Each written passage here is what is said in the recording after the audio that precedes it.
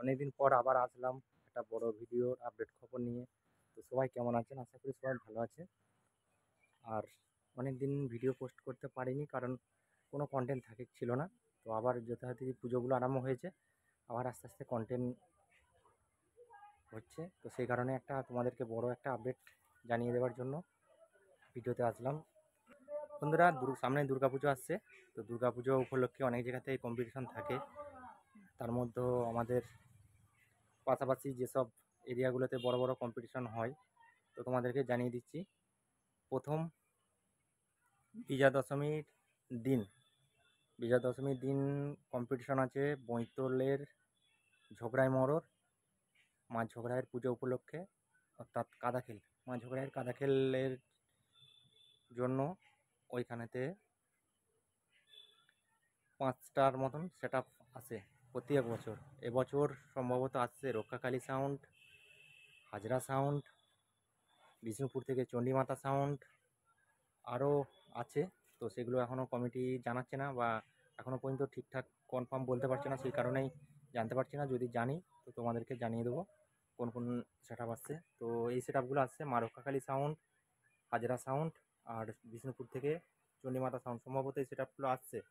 এখনও দুটো set up এখনও জানতে পারছি না, বা কমিটি বলতে চাচ্ছে না। তো সেই কারণেই তোমাদেরকে জানাতে পারছি না।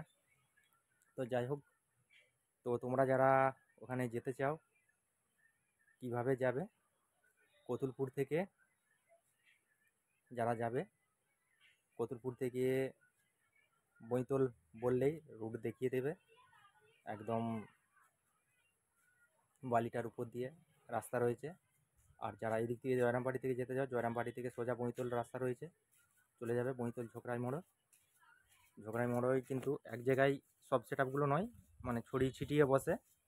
মুখোমুখি দুটো সেট আপ থাকে, বাকিগুলো পাশাপাশি থাকে সব। একটু ওইখানেতে গিয়ে বুঝতে পারবে, এলাকাতে বাজবে তো তো বুঝতে পারবে। আর আরও একটা কম্পিটিশান রয়েছে, সেটা বৈতলটা কিন্তু বাঁকুড়া ডিস্ট্রিক্ট পড়ছে। আর আমাদের হুগলিতে রয়েছে কুমুরসা কানাহার যে স্কুলের বল খেলা গ্রাউন্ড আছে, ওটাতে রয়েছে বিজয়া দশমীর পর দিন। ওখানে প্রত্যেক বছরই কম্পিটিশন হয়, এই বছরও কম্পিটিশন আছে।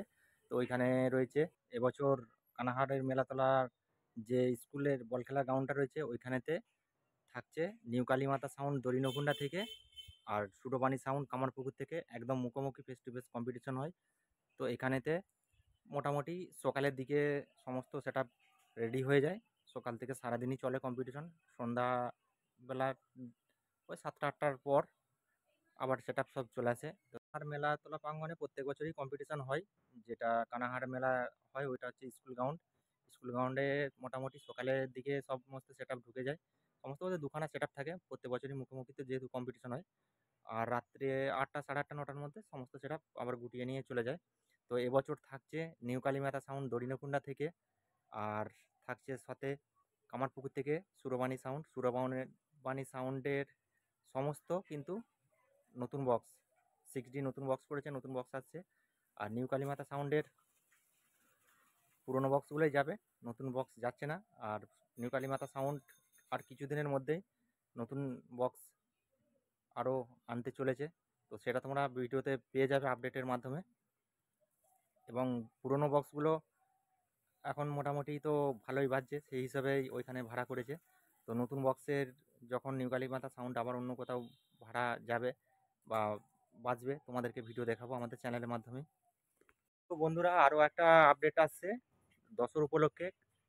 গতকাল অর্থাৎ শুক্রবার রয়েছে রাত দশর, আর শনিবার রয়েছে দিন দশর।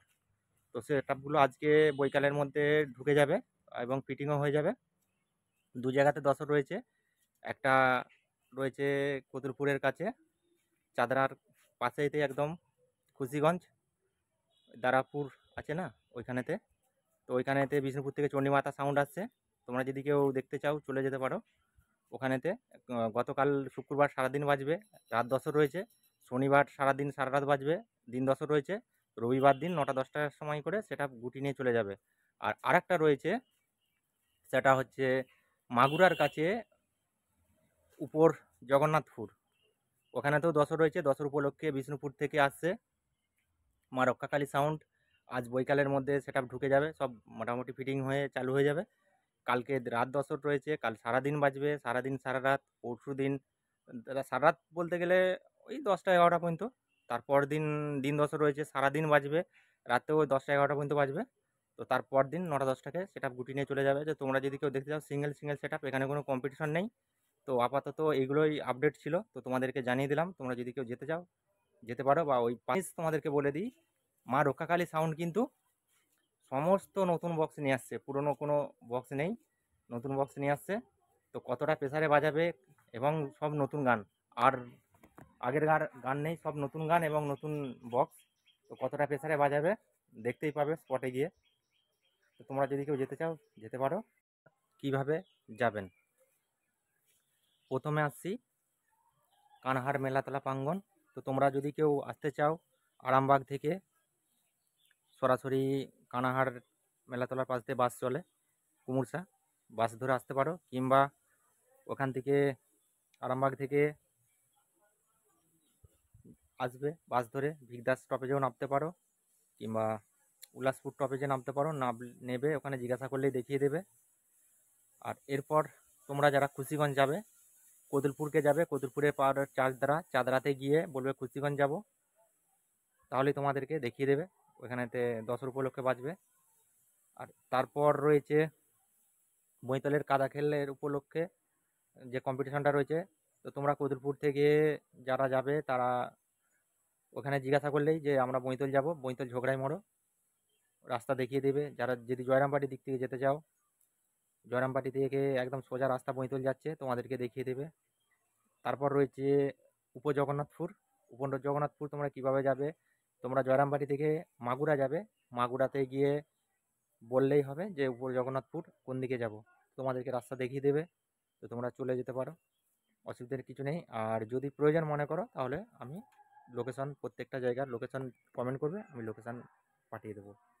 তা আরেকটা যেটা খবর সূত্র মারফত পাচ্ছি, তো মা রক্ষাকালী সাউন্ডের মালিক আমাদের হুগলিবাসীদের বা হুগলির যে মাইক ফ্যান বা মাইক প্রেমী বন্ধুরা রয়েছে তাদের কথা মাথায় রেখেই এই সিদ্ধান্তটা নিয়েছে। আমাদের হুগলিতে একটা কাউন্টার করছে ওনারা। এখানেতে এখান থেকে আমরা যারা হুগলিতে ভাড়া করতাম বা আপ ডাউন খরচের জন্য পিছিয়ে যাচ্ছিলাম, মা রক্ষাকালী সাউন্ডের আমাদের হুগলিতে কাউন্টার হচ্ছে। তো এখান থেকে কাউন্টার হয়ে গেলে আমাদের আপ ডাউন খরচটা কমে যাবে এবং আমরা সহজে মা রক্ষাকালী সাউন্ড যারা ভক্ত রয়েছি তারা সহজেই আমরা ভাড়াগুলো করতে পারবো। তো এই সিদ্ধান্তটা নিয়েছে, খুব ভালো। তো এখন কতটা সাকসেসফুল হবে সেটা 2025 সালে বোঝা যাবে। তো যাই হোক, আপডেটটা জানিয়ে দিলাম। তো যদি এরকম একটা ভালো সিদ্ধান্ত নিয়েছে, যদি সাকসেসফুল করতে পারে তাহলে কিন্তু পশ্চিম মেদিনীপুর, আমাদের হুগলি এবং বাঁকুড়া, যেহেতু বর্ডারগুলো কাছাকাছি, অনেক প্রচুর প্রচুর ভাড়া পাবে। আর যে ভাড়ার খরচটা বিষ্ণুপুর থেকে আনতে গেলে যে খরচটা হতো সেই খরচটাতে এখানে অনেক কমে হয়ে যাবে এবং 1 দিন 2 দিন এক্সট্রা সেই খরচেতে মাইক বাজাতে পারবে।